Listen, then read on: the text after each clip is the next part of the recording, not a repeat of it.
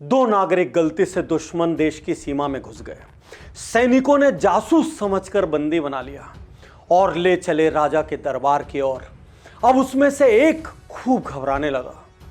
उसने बोला, आज तो मरना निश्चित है, क्योंकि इस राजा के बारे में पता है ये सबको मृत्यु दंड देता है।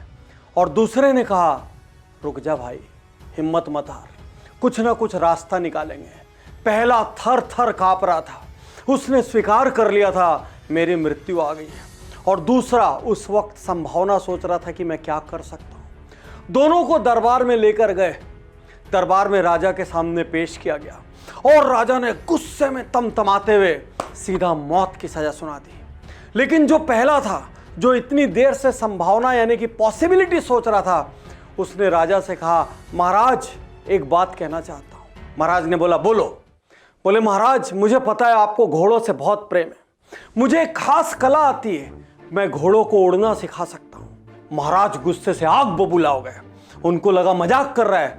उसने कहा, महाराज आपने मुझे मृत्युदंड दे दिया है, मरते मरते फांसी पर चढ़ते चढ़ते कौन मजाक करेगा। महाराज मुझे सिर्फ 1 साल का वक्त दीजिए, मैं आपके एक घोड़े को उड़ना सिखा दूंगा। महाराज ने चारों तरफ देखा, सब दरबारियों के चेहरे पर अजीब से भाव थे। मंत्री ने धीरे से महाराज के कान में कहा, मरना तो है ही इसको महाराज, 1 साल दे देते हैं, क्या मालूम सच बोल रहा हो, वैसे भी उस राज्य के बारे में बहुत सारा जादू टोना प्रचलित है। महाराज ने उसकी सजा को 1 साल के लिए डिले कर दिया और कहा, 1 साल का मौका दे रहा हूं, यदि 1 साल में मेरा घोड़ा नहीं उड़ा तो याद रखना फांसी पर चढ़ोगे। उसने कहा, महाराज मुझे ये चुनौती स्वीकार है। और महाराज ने दूसरे के लिए कहा, इसको तो तुरंत फांसी पर चढ़ाओ। उसने कहा, महाराज एक बात और कहनी थी, मुझे घोड़े को उड़ना सिखाने के लिए एक आदमी की और जरूरत पड़ेगी।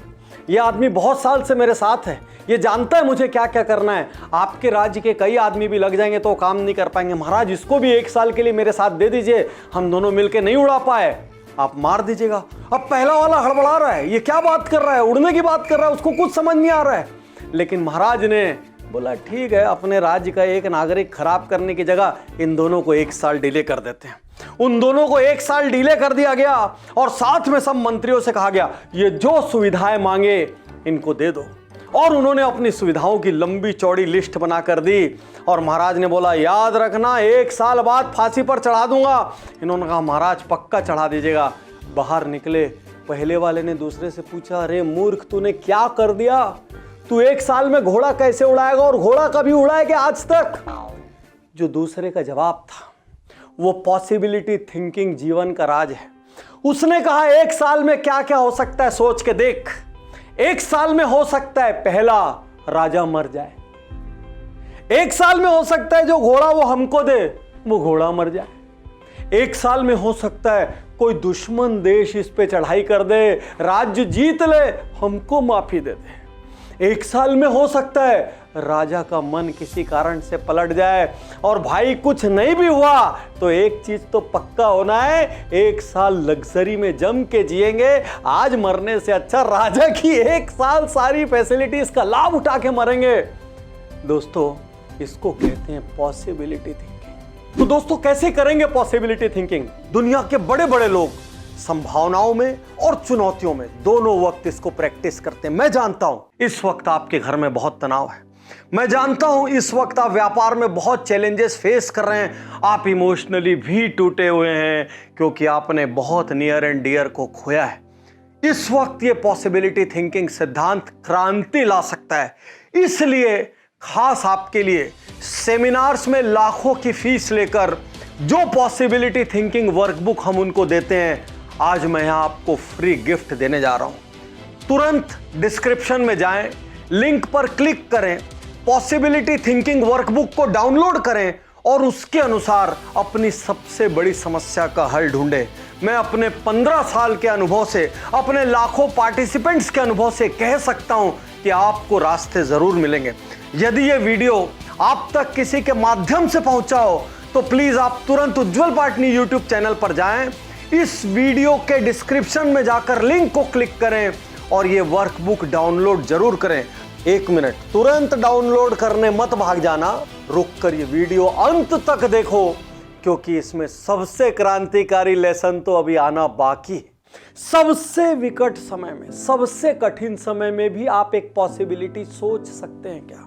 आपके व्यापार में बहुत तनाव चल रहा है, लेकिन उस वक्त कोई एक विचार आ सकता है कि मैं जाके इस व्यक्ति से मदद मांग लूं, मैं जाके ये दरवाजा खटखटा दूं, मैं एक बार ये रिस्क ले लूं। परिवार में खूब तनाव चल रहा है, क्या एक पॉसिबिलिटी हो सकती है कि जिससे तनाव है उससे जाके बात कर लूं, किसी एक व्यक्ति के बारे में कड़े निर्णय ले लूं?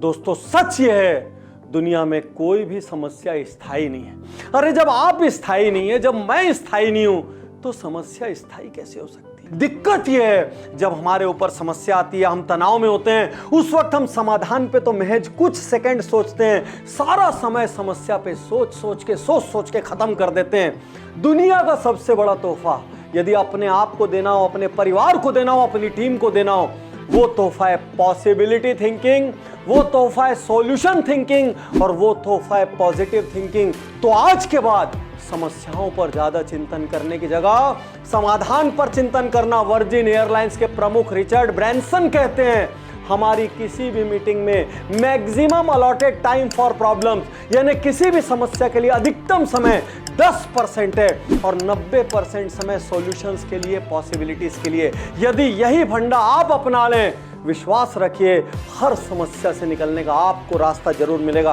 और बिना किसी झिझक के, बिना किसी हेजिटेशन के, बिना किसी फियर के, बिना किसी सेल्फ लिमिटिंग बिलीफ के एक्शन करना स्टार्ट कीजिए। आज आपसे कहना चाहता हूं, हम हारते कब हैं? जब हम मन में हार मान लेते हैं। हम हारते कब हैं? जब हम प्रयास करना छोड़ देते हैं। और जब हम प्रयास करते रहते हैं तो समस्या खुद हार जाती है, क्योंकि उसको समझ आ जाता है इस व्यक्ति को हराना मेरे बस की बात नहीं। और जीतते वही हैं जो समस्या से नहीं हारते। और जब लड़ोगे तो देखोगे अचानक परिस्थितियां अनुकूल हो रही, अचानक लोग साथ दे रहे हैं, अचानक प्रकृति साथ दे रही है, अचानक भगवान साथ दे रहे हैं। अरे भगवान के दरवाजे पर जाके ये मत बताओ मेरी समस्या कितनी बड़ी है, अपनी समस्या को बताओ मेरा भगवान कितना बड़ा है। आज आपसे कहना चाहता हूं, यदि आप पूरी जंग लड़ेंगे ना, आप हार भी गए ना, पीछे पलट के जब देखेंगे ना, तो आपको यहां पे मलाल नहीं होगा, क्योंकि आपको पता है आपने अपनी पूरी ताकत झोंकी है। सबसे जरूरी चीज ये है, सबसे बड़ा सवाल ये है, हम अपनी पूरी ताकत झोंक रहे हैं या घर बैठ के बहाना बना रहे हैं? शुक्रिया, धन्यवाद। मैं तैयार हूं, मैं तैयार